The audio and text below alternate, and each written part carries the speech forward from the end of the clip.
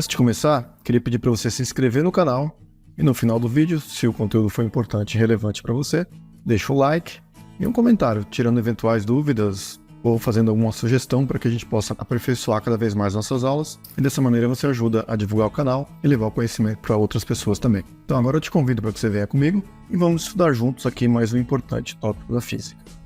Bora para a aula? Nessa aula nós vamos ver o fenômeno da reflexão da luz. Então vamos começar estudando as duas leis da reflexão. Primeiro vamos ver essa imagem aqui, ó. Então vamos imaginar que nós temos uma superfície refletora, que poderia ser, por exemplo, um espelho, né? A face refletora está aqui, em cima, né? E aqui nós temos a parte de trás do espelho, né? Bom, primeiro vamos traçar um raio luminoso que vai incidir na superfície e vai sofrer reflexão aqui nessa superfície. Para isso eu vou usar uma régua aqui, ó. Vamos imaginar que um raio de luz que vai incidir aqui, ó, vai chegar na superfície, né? Esse aqui vai ser o raio de luz incidente. Então, RI é o raio de luz incidente. Aqui, onde o raio de luz toca a superfície, é o ponto de incidência da luz, chamado de I. Passando aqui por esse ponto de incidência, nós vamos traçar uma reta pontilhada, que é chamada reta normal à superfície, uma reta perpendicular à superfície. Então, aqui vamos fazer pontilhadinho aqui, ó. Essa reta aqui vamos chamar de reta normal. Agora vamos traçar o raio de luz refletido aqui. Para isso, a gente vai usar uma propriedade importante na reflexão, que é a chamada simetria. Se eu imaginar um ponto qualquer sobre esse raio de luz, por exemplo, aqui assim, ó, na origem, no comecinho aqui, ó, a gente vai medir com a régua a distância desse ponto até a superfície do espelho.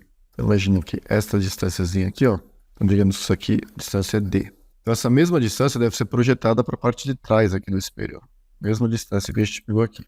Portanto, aqui vai estar a imagem daquele outro ponto lá, né? E essa distância do espelho até aqui também vai ser D.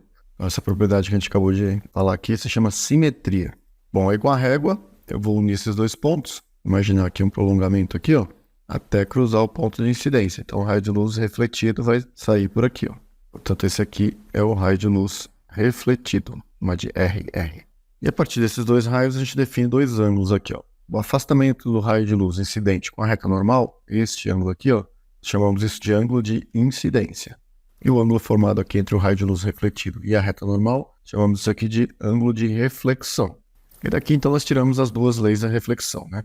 A primeira lei da reflexão diz o seguinte, que o raio de luz incidente, o raio de luz refletido e a reta normal pertencem ao mesmo plano. Lembrando que essa reta aqui ela é perpendicular aqui à superfície, né? Forma 90 graus com a superfície.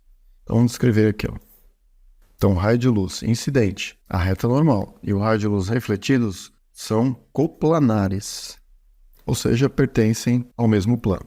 Bem, a segunda lei da reflexão, ou uma segunda lei, né, necessariamente nessa ordem, né, diz o seguinte, que o ângulo de incidência ele é congruente, ele é igual ao ângulo de reflexão.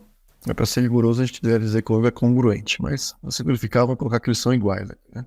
Portanto, isso aqui são as duas leis da reflexão da luz. Então, vamos ver aqui quais são os tipos de reflexão que podem acontecer.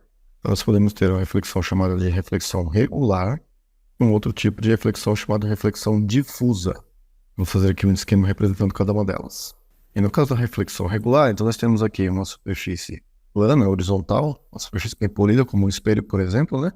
E os raios de luz, você chega um feixe de luz aqui, ó, paralelo, e esse feixe sai paralelo também, obedecendo aqui as leis da reflexão, né?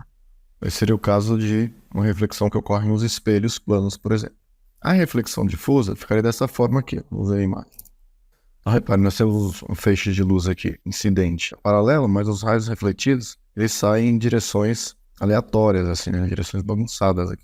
Isso ocorre porque a superfície, ela não é uma superfície regular, é uma superfície irregular, é uma superfície rugosa. Então, esse é o tipo de reflexão que acontece nos objetos que são irregulares, né? Objetos que têm uma superfície irregular, ou que a superfície não é bem polida, né? Ela é rugosa. Então a luz se espalha, ela se difunde, né? Temos uma reflexão difusa aqui. Mas de qualquer maneira, essas leis da reflexão sempre são obedecidas. Então se a gente for pegar de pertinho, olhar com a lupa cada um desses pontos de incidência, e traçarmos aqui a reta normal em cada um desses pontos, nós perceberemos então que as retas normais não vão estar todas na vertical, elas vão estar em direções diferentes devido à rugosidade da superfície. Então sempre o ângulo de incidência vai ser igual ao ângulo de reflexão. Aqui, por exemplo, a reta normal estaria assim, ó.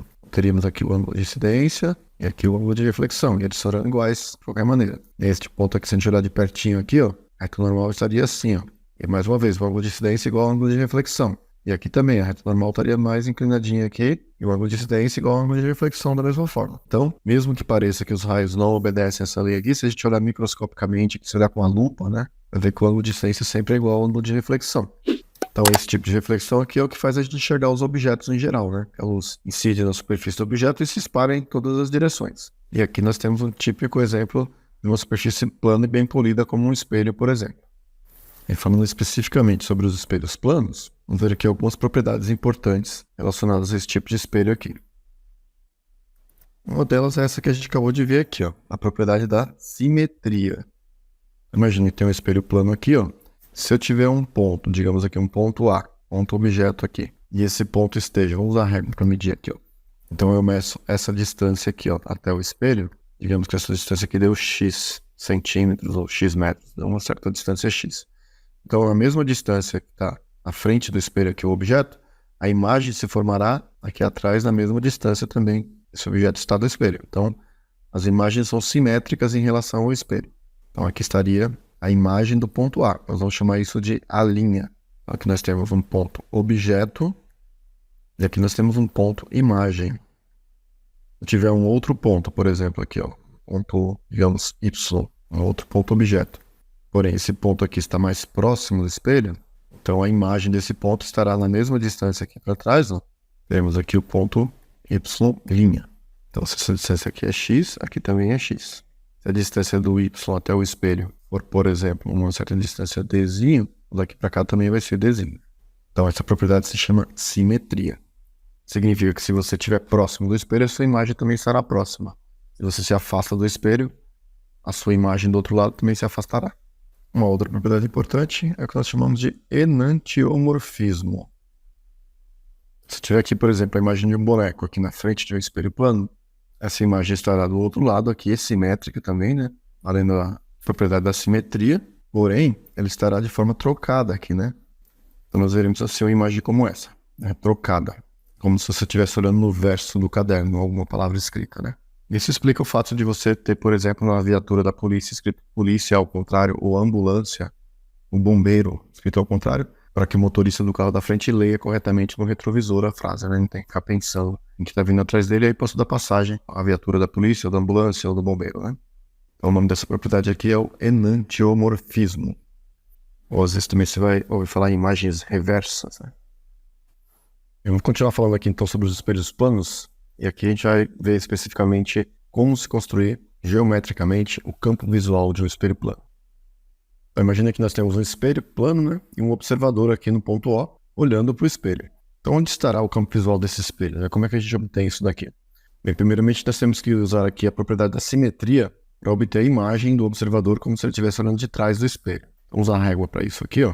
Então eu vou aqui prolongar a linha do espelho até ele passar pelo observador. E aqui eu meço a distância, né, do observador até a linha que passa pelo espelho. Então digamos que aqui eu tenho uma distância D, eu vou pegar a mesma distância para baixo aqui. Se a gente fazer isso por simetria, a imagem daquele observador ali. Então aqui estará o ponto O'. Essa distância aqui também é D. É como se o observador estivesse olhando daqui, ó. Aqui está a imagem do observador, né? O observador é esse cara aqui. Agora com a régua, eu vou fazer linhas tangenciando o espelho, né?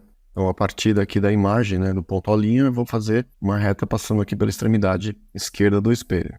Lembrando que atrás do espelho sempre é pontilhado, né? Então, o raio de luz que vem daqui, ó, ele atinge a borda do espelho e é refletido aqui nessa direção, chegando ao observador. Fazendo dessa maneira, você garante aqui a lei da reflexão, que o ângulo de incidência é igual ao ângulo de reflexão. Esse é o raio de luz incidente, raio de luz refletido, e vem aqui por essa borda do espelho, né? Digamos que aqui é o ponto A do espelho. Desse lado de cá nós teremos aqui o ponto D. Agora eu faço o mesmo com a outra borda. Eu vou fazer tangenciando o espelho pela borda B ali, ó. Então, um raio luminoso que vem dessa região aqui, toca o espelho e vai refletir voltando aqui para o olho do observador. Vamos aqui então o raio de luz incidente e o raio de luz refletido. Assim nós temos o campo visual. É tudo que está delimitado aqui entre esses dois raios incidentes aqui, ó. Isso aqui é o campo visual. Assim o observador conseguirá enxergar qualquer coisa que esteja dentro desse campo visual. Se tiver vários pontos aqui, por exemplo, aqui é um ponto X aqui, ponto Y, um ponto Z, pertence ao campo visual, o observador vai conseguir enxergar. Se tiver um ponto fora aqui, ó, ponto W aqui, um ponto K desse lado, ele não vai conseguir ver porque está fora do campo visual. Ok? Então, repetindo o procedimento, você vai partir aqui do observador. Por simetria, você obtém a imagem do observador. E basta unir em linha reta aqui com as extremidades do espelho para obter os raios incidentes. Portanto, o campo visual vai ser delimitado pelos raios de luz incidentes. Vou fazer aqui com o espelho vertical agora, né, para a gente ver o procedimento para entender direitinho, né? Primeiramente, vamos prolongar o espelho até passar pela linha do observador aqui. Em seguida, você faz aqui a simetria, ó, a mesma distância para trás aqui do espelho.